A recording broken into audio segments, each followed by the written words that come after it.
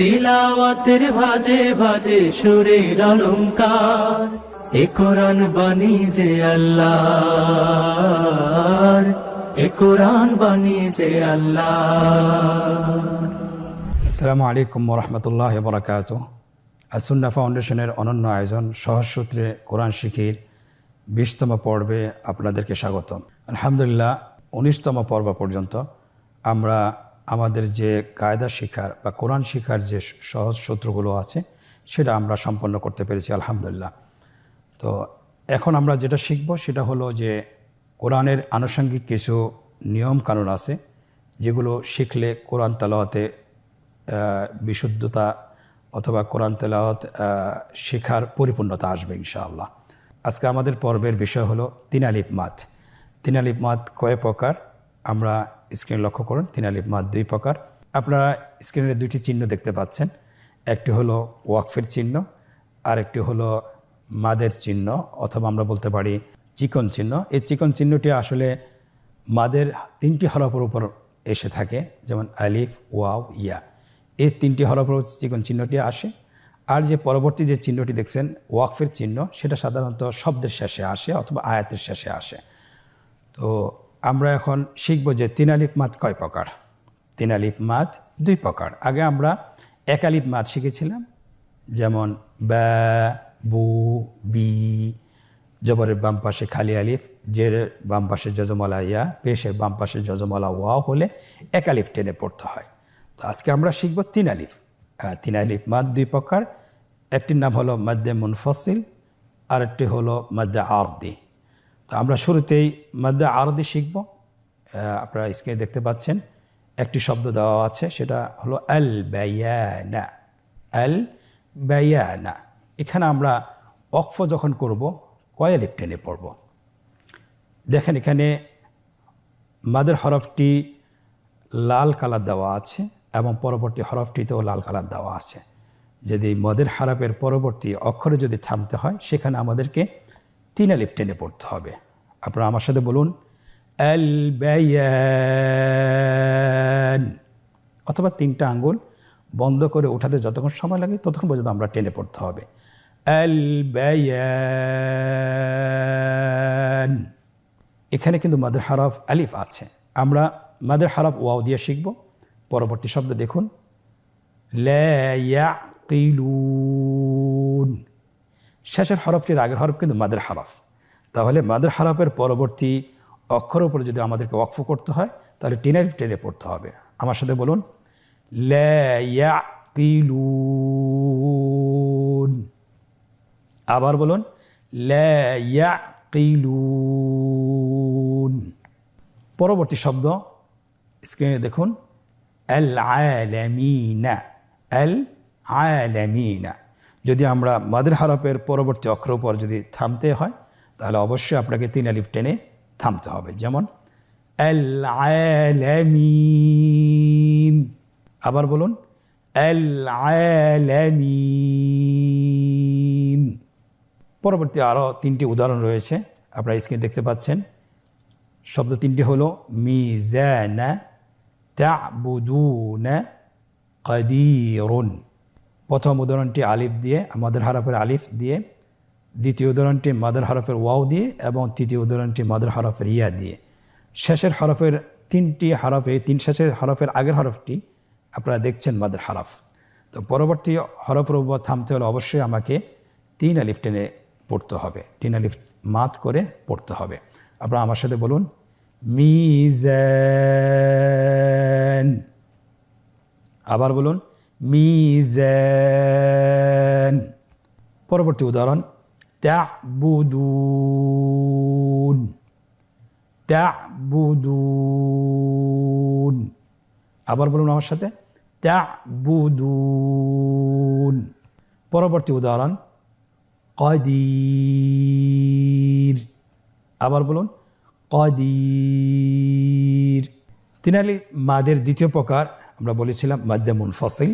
মাদের হরফের পরবর্তী শব্দের শুরুতে যদি হামজা থাকে তাহলে আমাদেরকে 3 আলিফ টেনে পড়তে হবে। এটা বোঝার জন্য অবশ্যই আপনাকে এই চিহ্নটাকে চিনতে হবে। চিকন চিহ্ন আমরা এটা বলে থাকি। আমাদের দেশের কোরআনিক কারিমগুলোতে এই মধ্যে মুনফাসিলের উদাহরণের জায়গায় চিকন চিহ্নটি বসানো রয়েছে। আপনারা চিকন চিহ্নটি দেখলেই অবশ্যই এখানে টেনে আলিফ টেনে পড়বেন। প্রথম শব্দটি উদাহরণ দেখুন, ইদা আযলামা। ইদা একটা শব্দ, আযলামা আরেকটি শব্দ। ইদা এই শব্দের শেষ অক্ষরটি হলো আলিফ, এটা হলো মাদের হরফ। এই হরফটির উপর চিকন চিহ্নটি থাকবে এবং দ্বিতীয় শব্দের শুরুতে একটি হামজা রয়েছে। আমরা বিগত ক্লাসগুলোতে বলেছিলাম যে আলিফের উপর যদি জবর জের পেশ থাকে তাহলে এটা হামজা হয়ে যায়। তাহলে দ্বিতীয় শব্দের শুরুতে কি রয়েছে আপনারা দেখতেই পাচ্ছেন, হামজা। তাহলে চিকন চিহ্নের বামে যদি আপনার হামজা থাকে তাহলে আমাদেরকে তিন আলিফ টেনে পড়তে হবে। আপনারা আমার সাথে বলুন, ইদা আযলামা। আবার বলুন, ইদা আযলামা। পরবর্তী উদাহরণ দেখুন কি লেখা আছে, ক্বালু আতাত্তাখিযুনা। এখানে দেখছেন আপনারা দুটি শব্দ, ক্বালু একটি শব্দ, আতাত্তাখিযুনা আর একটি শব্দ। ক্বালু এখানে শেষ হরফটি হলো ওয়াও, আর শেষ হরফের পরে যে আলিফটি দেখছেন এটা বহু বচনের আলিফ। সো এখানে শেষ হরফটি হলো ওয়াও, ওয়াও হলো মাদের হরফ। এই মাদের হরফের উপরেই চিকন চিহ্নটি রয়েছে এবং পরবর্তী শব্দ হলো আতাত্তাখিযুনা, শুরুতে রয়েছে হামজা। তাহলে এখানেও আমাদেরকে তিন আলিফ টেনে পড়তে হবে। চিকন চিহ্নটি মাদের হরফ দেখলে আমাদেরকে তিন আলিফ টেনে পড়তে হবে। আপনারা আমার সাথে বলুন, ক্বালু আতাত্তাখিযুনা, ক্বালু আতাত্তাখিযুনা। পরবর্তী উদাহরণ মাদের হরফ ইয়া দিয়ে আপনারা দেখছেন শব্দটি ইন্নী আ'লামু। সো এখানেও দুইটি শব্দ, প্রথম শব্দটি হলো ইন্নী, লাস্ট হরফটি হলো ইয়া। আ'লামু দ্বিতীয় শব্দের শুরুতে রয়েছে হামজা। তাহলে এখানেও আমাদেরকে তিন আলিফ টেনে পড়তে হবে যেহেতু মাদের হরফের উপর চিকন চিহ্নটি রয়েছে। আপনারা আমার সাথে বলুন, ইন্নী আ'লামু। আবার বলুন, ইন্নী আ'লামু। বিষয়টি কিন্তু অনেক সহজ, শুধুমাত্র আপনি চিকন চিহ্নটি মাদের হরফের উপর দেখলে আপনি তিন আলিফ টেনে পড়বেন। এখানে আমাদের পরবর্তী তিনটি উদাহরণ রয়েছে, সেখানেও মাদ্দে মুনফাসিলের যে চিকন চিহ্নটি মাদের হরফগুলোর উপর রয়েছে। আপনারা দেখছেন প্রথম শব্দটি হলো আলিফ দিয়ে, কামা আমানা। আমার সাথে আবার বলুন, কামা আমানা। পরবর্তী উদাহরণ আপনারা দেখতে পাচ্ছেন স্ক্রিনে, লা তুতিউ আমরা। এখানেও দুটি শব্দ, প্রথম শব্দটির শেষ হরফটি হলো ওয়াও আর পরবর্তী যে আলিফটি রয়েছে এটা হলো বহু বচনের আলিফ। সো এখানে শেষ হরফটি হলো ওয়াও, এটাই ধর্তব্য হবে। এটার উপরে চিকন চিহ্নটি রয়েছে এবং পরবর্তী শব্দ হলো আমরা, প্রথম হরফটি হলো হামজা। তো এখানেও আমাদেরকে তিন আলিফ টেনে পড়তে হবে। আপনারা আমার সাথে বলুন, লা তুতিউ আমরা। আবার বলুন, লা তুতিউ আমরা। পরবর্তী শব্দ, পরবর্তী উদাহরণ, ফি আযানিহিম। এখানে মাদের হরফ ইয়া রয়েছে, ইয়ার উপর চিকন চিহ্নটি রয়েছে এবং পরবর্তী শব্দের শুরুতে হামজা রয়েছে। সো তাহলে এখানেও আমাদেরকে তিন আলিফ টেনে পড়তে হবে, ফি আযানিহিম। আবার বলুন, ফি আযানিহিম। আমরা এতক্ষণ ধরে শিখেছি তিন আলিফ মাদ দুই প্রকার, একটি হলো মাদ্দে আরদি লিসসুকুন, আরেকটি হলো মাদ্দে মুনফাসিল। এখন আমরা শিখব ইনশাআল্লাহ চার আলিফ মাদ পাঁচ প্রকার। এটা যদি আমরা সহজেই বলি, যদি মদের হরফের উপর মোটা চিহ্ন থাকে, আপনারা স্ক্রিনে দেখুন, এটাকে মোটা চিহ্ন বলে। আগের যে চিহ্নটা শিখেছিলাম সেটা ছিল চিকন চিহ্ন, আর এটা হলো মোটা চিহ্ন। সহজে বোঝার জন্য আমরা যদি মাদের হরফের উপর এই মোটা চিহ্নটি দেখি তাহলে আমাদেরকে চার আলিফ মাদ টেনে পড়তে হবে। কয় আলিফ মাদ? চার আলিফ মাদ। আপনারা স্ক্রিনে দেখতে পাচ্ছেন চার আলিফ মাদ। এখানে আমরা দেখতে পাচ্ছি যে প্রথমে হলো আপনার মাদ্দে মুত্তাসিল এবং দ্বিতীয় হলো মাদ্দে লাজিম। আমরা জানি মাদ্দে লাজিম চার প্রকার, কালমি মুসাক্কাল, কালমি মুখাফফাব, হারফি মুসাক্কাল, হারফি মুখাফফাফ, 4 আর উপরের একটি মধ্যে মুত্তাসিল, মোট হলো 5 প্রকার। এই 5 প্রকার শব্দের উদাহরণের উপরেই এই মোটা চিহ্নটি থাকে। তাহলে আমরা সহজে যদি বুঝতে চাই, আমাদেরকে বোঝার চেষ্টা করতে হবে, সেটা হলো মাদের হারফের উপর যদি মোটা চিহ্নটি থাকে তাহলে এখানে আমাদেরকে 4 আলিফ টেনে পড়তে হবে। মধ্যে মুত্তাসিলের একটা উদাহরণ আপনারা স্ক্রিনে দেখতে পাচ্ছেন। মাদের হারফের পরে অথবা মাদের হারফের যদি মোটা চিহ্ন থাকে আর বামে যদি হামজা থাকে একই শব্দে, তাহলে এখানে 4 আলিফ টেনে পড়তে হবে। এটা আমরা কিভাবে বানান করব? আগের মতোই জিম আলিফ জবর জা, হামজা জবর আ, জা আ। তাহলে আপনারা আমার সাথে বলুন জা আ। পরবর্তী শব্দ মাদের হারফ ওয়াও দিয়ে এখানে উদাহরণটি নিয়ে আসা হয়েছে। শব্দটি হলো সু আ। এখানে দেখতে পাচ্ছেন ওয়ার উপর মোটা চিহ্নটি রয়েছে এবং তার বামে একটি হামজা রয়েছে, এটাকে মধ্যে মুত্তাসিল বলে। এই ধরনের উদাহরণ যদি আমরা দেখি তাহলে আমাদেরকে অবশ্যই 4 আলিফ টেনে পড়তে হবে। আমরা আবার উচ্চস্বরে একবার বলি সু আ। মাশাআল্লাহ, আশা করছি আপনারা পারছেন। পরবর্তী উদাহরণ আপনারা দেখতে পাচ্ছেন স্ক্রিনে, খতিআতুহু। এখানে ইয়ার উপর মোটা চিহ্নটি দেখতে পাচ্ছেন। ইয়া হলো মাদের হারফ এবং তার বামে রয়েছে হামজা। একই শব্দে আমরা বলেছিলাম, একই শব্দে যদি মোটা চিহ্নওয়ালা বামে যদি হামজা থাকে তাহলে এখানে 4 আলিফ টেনে পড়তে হবে। আপনারা আমার সাথে বলুন খতিআতুহু। আবার বলুন খতিআতুহু। পরবর্তী 4টি প্রকার আমরা বলেছিলাম, পরবর্তী 4টি প্রকারের মধ্যেই আপনার এই মোটা চিহ্নটি রয়েছে। আপনারা উদাহরণগুলোতে মোটা চিহ্ন দেখতে পাচ্ছেন। এই মোটা চিহ্নটি দেখলে আপনারা 4 আলিফ টেনে পড়বেন। আপনারা আমার সাথে বলুন দলেন। এখানে একটি বিষয় রয়েছে, সেটা হলো এই শব্দটি আপনি কিভাবে বানান করবেন। শুধুমাত্র আমরা একটি শব্দ বানান করে আপনাদেরকে শোনাচ্ছি, আপনারা আমার সাথে বলুন দদ আলিফ লাম জবর দল। আমরা আগের ক্লাসগুলোতে 2টি হরফের সাথে মিল করে আমরা বানান করে পড়েছিলাম। আজকের এই শব্দটিতে আমরা 3টি হরফ একসাথে বানান করে পড়ব। তাহলে কিভাবে পড়তে হয়? দদ আলিফ লাম জবর দল। কেন আমরা দদ হরফটি টেনে পড়ছি? যেহেতু দদ হরফের সাথে যে মাদের হরফ রয়েছে এটার উপর মোটা চিহ্নটি রয়েছে, এই জন্য এখানে আমাদেরকে 4 আলিফ টেনে পড়তে হবে। আপনারা আমার সাথে বলুন দলেন। আবার বলুন দলেন। পরবর্তী শব্দটি হলো আল হাক্কাতু। এখানেও মাদের হরফের উপর মোটা চিহ্নটি রয়েছে এবং মোটা চিহ্নের উপরে তাসদীদ রয়েছে, এই জন্য আমাদেরকে 4 আলিফ টেনে পড়তে হবে। আল হাক্কাতু।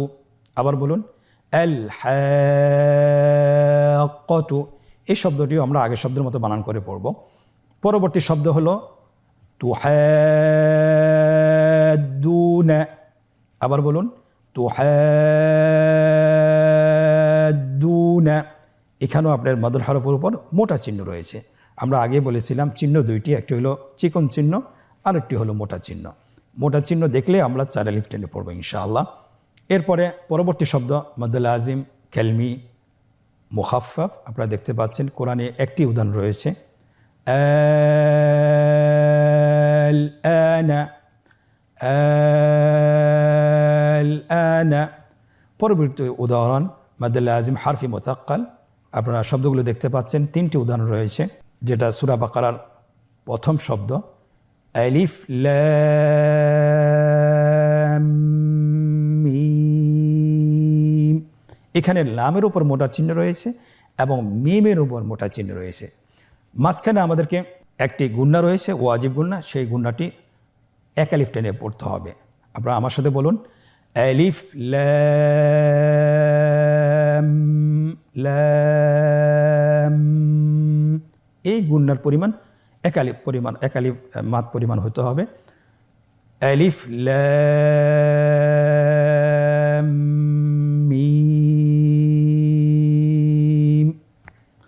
পরবর্তী উদাহরণটি আপনারা স্ক্রিনে দেখুন। এখানে রয়েছে আলিফ, লাম, মিম, র।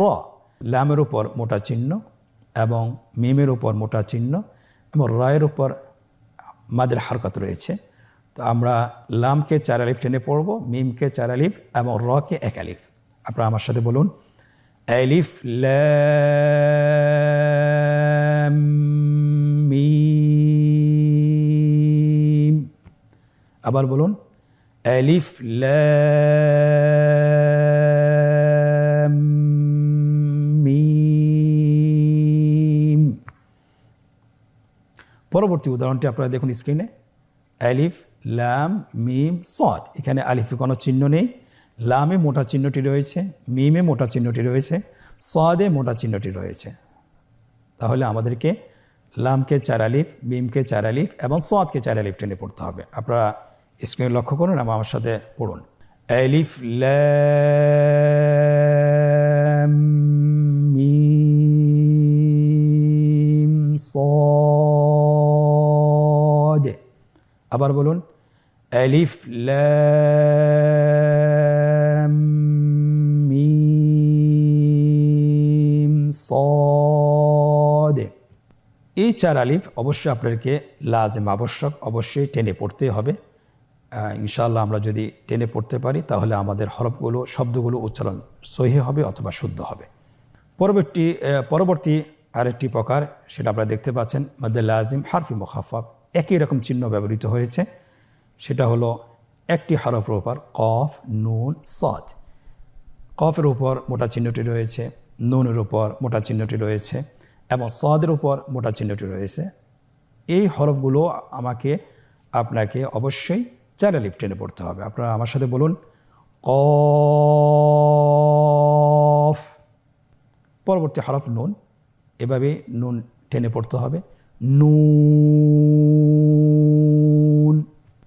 পরবর্তী হরফ সদ, এভাবেই টেনে পড়তে হবে, সদে। সম্মানিত শিক্ষার্থীবৃন্দ, তাহলে আমরা শিখেছি আজকে আলহামদুলিল্লাহ 3 আলিফ মাদ এবং 4 আলিফ মাদ। 3 আলিফ মাদের মধ্যে আমরা 2টি প্রকার শিখেছি। একটি হলো মাদ্দে আরদি, একটি হলো মাদ্দে মুনফসিল।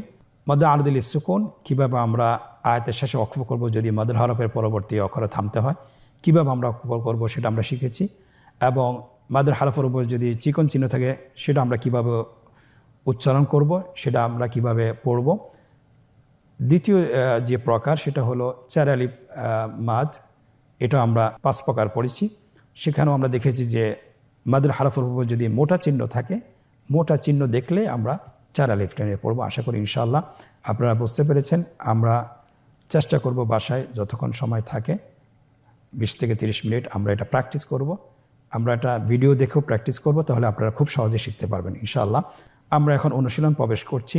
কিছু উদাহরণ দেওয়া আছে যে আমরা চিকন চিহ্ন এবং মোটা চিহ্ন এটার মধ্যে পার্থক্য বুঝতে পারি কিনা, এবং পাশাপাশি আমরা ওয়াকফ করলে কয় আলিফ টেনে পড়ব যদি সেখানে মাদের হরফের পরে যদি পরবর্তী অক্ষরের উপর থামতে হয়, কিভাবে ওয়াকফ করব সেটা আমরা এখন শিখব ইনশাআল্লাহ। এখানে লেখা আছে নিম্নোক্ত উদাহরণগুলো সঠিক জায়গায় লিখুন। প্রথম লাইনে আপনার উদাহরণ দেওয়া আছে, অনেকগুলো উদাহরণ। আর রাহিম, উলাইকা আলা আবসারিহিম, ইয়াসিন। এরপরে আলিফ লাম মিম র। এই প্রকারগুলোর নাম কি, উদাহরণগুলোর নাম কি, প্রত্যেকটি উদাহরণের এক একটি নাম রয়েছে। আমরা 3 নম্বর লাইনে নামগুলো দিয়ে দিয়েছি। প্রথম লাইনে দেওয়া আছে মাদ্দে লাজিম হারফি মুখাফফাফ। আমরা যদি উদাহরণ দেখি আগে, আর রহিম এটা কিসের উদাহরণ? আমরা জানি এখানে ওয়াকফ রয়েছে, তাহলে আমরা বুঝতে পারতেছি এটা মাদ্দে আরদিল সুকুন। এরপরে রয়েছে উলাইকা, এটা হলো এখানে মোটা চিহ্ন রয়েছে এবং মোটা চিহ্নর বামে হামজা রয়েছে, তাহলে এটা মাদ্দে মুনফাসিল, এখানে আমরা বসিয়ে দিই। এরপরে দেখছেন আলা আবসারিহিম, মাদের হারকাতের উপর চিকন চিহ্ন রয়েছে, এটা আমরা মাদ্দে মুনফাসিল, যেহেতু পরবর্তী শব্দের শুরুতে হামজা রয়েছে। ইয়াসিন, এটা হলো মাদ্দে লাজিম হারফি মুখাফফাফ, এখানে ইয়ার উপর মাদের হারকত রয়েছে এবং সিনের উপর মোটা চিহ্ন রয়েছে, তাহলে মাদ্দে লাজিম হারফি মুখাফফাফ আমরা বসিয়ে দিই। এরপরে আলিফ লাম মিম, এরপরে হলো মদ্দে লাজিম হারফি মুসাক্কাল। তাহলে আমরা বুঝতে পারছি ইনশাআল্লাহ, সহজে আমরা বুঝে নেব যে মোটা চিহ্ন এবং চিকন চিহ্ন, এই দুটি চিহ্ন যদি থাকে, চিকন চিহ্ন থাকলে আমরা 3 আলিফ টেনে পড়ব, মোটা চিহ্ন থাকলে 4 আলিফ টেনে পড়ব, এবং মদের হরফের উপর পরবর্তী হরফের ওয়াকফ করলে অবশ্যই আমরা সেখানে 3 আলিফ টেনে পড়ব ইনশাআল্লাহ। এই অনুশীলন দিতে পড়ব রেখা টেনে মদের প্রকারের সাথে উদাহরণগুলো মিল করুন।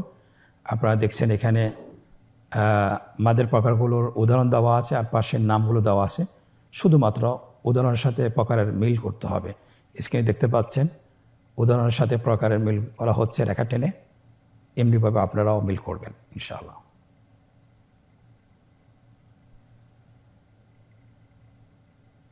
অনুশীলনের তৃতীয় পর্বে আমাদেরকে বলা হচ্ছে নিম্নোক্ত আয়াতে মাদ্দে মুত্তাসিল ও মাদ্দে মুনফাসিল চিহ্নিত করুন। মাদ্দে মুনফাসিল এবং মাদ্দে মুত্তাসিল চিহ্নিত করুন। আমরা জানি মাদ্দে মুত্তাসিলের মোটা চিহ্ন এবং মাদ্দে মুনফাসিলের চিহ্ন চিকন চিহ্ন। এখানে আমরা পুরো আয়াতটা পড়া শুরু করি। ওয়া ইযা কিলা লাহুম আমিনু কামা, এটা কি চিহ্ন আপনারা বলতে পারবেন? আশা করি আপনারা বলতে পারবেন। এটা কি চিকন চিহ্ন না মোটা চিহ্ন? এটা হলো চিকন চিহ্ন, তাহলে মাদ্দে মুনফাসিল। আমানান নাসু ক্বালু আনুমিনু, ওর উপর একটি চিহ্ন রয়েছে, এটাও চিকন চিহ্ন। কামা আমানা সুফাহা, এখানেও মাদ্দে হরফের উপর চিকন চিহ্ন রয়েছে, এটাও মাদ্দে মুনফাসিল। সুফাহা, এখানে আলিফের উপর মোটা চিহ্ন রয়েছে, এটা মাদ্দে মুত্তাসিল। আলা ইন্নাহুম, এখানেও আলিফের উপর চিকন চিহ্ন রয়েছে, এটাও মাদ্দে মুনফাসিল। হুমুস সুফাহাউ, এখানে আলিফের উপর মোটা চিহ্ন রয়েছে, এটা মাদ্দে মুত্তাসিল। ওয়ালাকিন লা ইয়ালামুন, তাহলে আমরা দেখতে পাচ্ছি উক্ত আয়াতে মাদ্দে মুনফাসিলের কয়টি চিহ্ন রয়েছে এবং মাদ্দে মুত্তাসিলের কয়টি চিহ্ন রয়েছে। আপনারা গণনা করুন। মাদ্দে মুনফাসিল হলো কামা আ, কামা একটি, ক্বালু দুইটি, কামা আরেকটি, মোট হলো 3টি, আলা 4টি, মোট 4টি চিকন চিহ্ন রয়েছে এবং মাদ্দে মুত্তাসিলের 2টি রয়েছে। এখানে দেখতে পাচ্ছেন 2টি শব্দ সুফাহা, এখানে সুফাহা প্রথম লাইনে রয়েছে এবং দ্বিতীয় লাইনে রয়েছে, 2টি শব্দতেই মোটা চিহ্ন রয়েছে। আলহামদুলিল্লাহ, আশা করি আমরা বুঝতে পেরেছি। জাযাকুমুল্লাহ খায়ের। আমরা চেষ্টা করব আর একটু প্র্যাকটিস করার জন্য। যখনই সময় পাবো আমরা কোরআনের সাথে সম্পৃক্ত থাকার চেষ্টা করব, বারবার অনুশীলন করার চেষ্টা করব। আপনি যত বেশি অনুশীলন করবেন তত বেশি আপনার জড়তা দূর হবে এবং কোরআনের প্রত্যেকটি আয়াত সুন্দরভাবে শুদ্ধভাবে সহজে আপনি পড়তে পারবেন ইনশাআল্লাহ। আজকের পর্ব থেকে এখানেই বিদায় নিচ্ছি, পরবর্তীতে আবার দেখা হচ্ছে। জাযাকুমুল্লাহ খায়ের। আসসালামু আলাইকুম ওয়া রাহমাতুল্লাহি ওয়া বারাকাতুহু। আস-সুন্নাহ ফাউন্ডেশন, উম্মার স্বার্থে সুন্নাহর সাথে।